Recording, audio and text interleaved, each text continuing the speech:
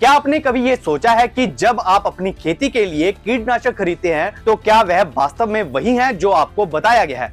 अक्सर किसानों की शिकायतें आती हैं कि पैसा लगाने के बाद भी उन्हें सही प्रोडक्ट नहीं मिल रहे हैं और उनकी उपज प्रभावित हो रही है। इन शिकायतों को देखते हुए भारत सरकार ने कीटनाशक कंपनियों के लिए केवाईसी का नियम बनाया हुआ है। ये केवाईसी वैसे ही है जैसे हम बैंकों में खुद की केवाईसी करवाते हैं। अगर केवाईसी के दस्तावेज सही नहीं है तो बैंक में खाता नहीं खुलता है।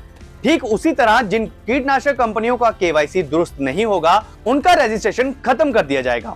इसी नियम की वजह से 7000 से अधिक कीटनाशक कंपनियों का रजिस्ट्रेशन कैंसिल हो गया है।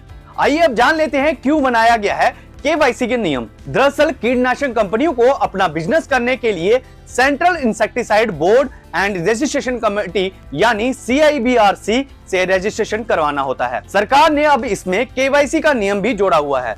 जिन कंपनियों का केवाईसी नहीं होगा उनका CIBRC से रजिस्ट्रेशन खत्म होगा। सरकार ने यह नियम इसलिए भी बनाया है क्योंकि खेतों में केमिकल खादों और कीटनाशकों का बेतहाशा इस्तेमाल बढ़ रहा है। इससे मिट्टी के साथ साथ पर्यावरण भी प्रभावित हो रहा है। इस पर रोक लगाने के लिए सरकार नकली प्रोडक्ट्स पर अंकुश लगाना चाह रही है। केवाईसी का नियम उसी का हिस्सा है। कितनी कंपनियों के सही पाए गए हैं केवाईसी?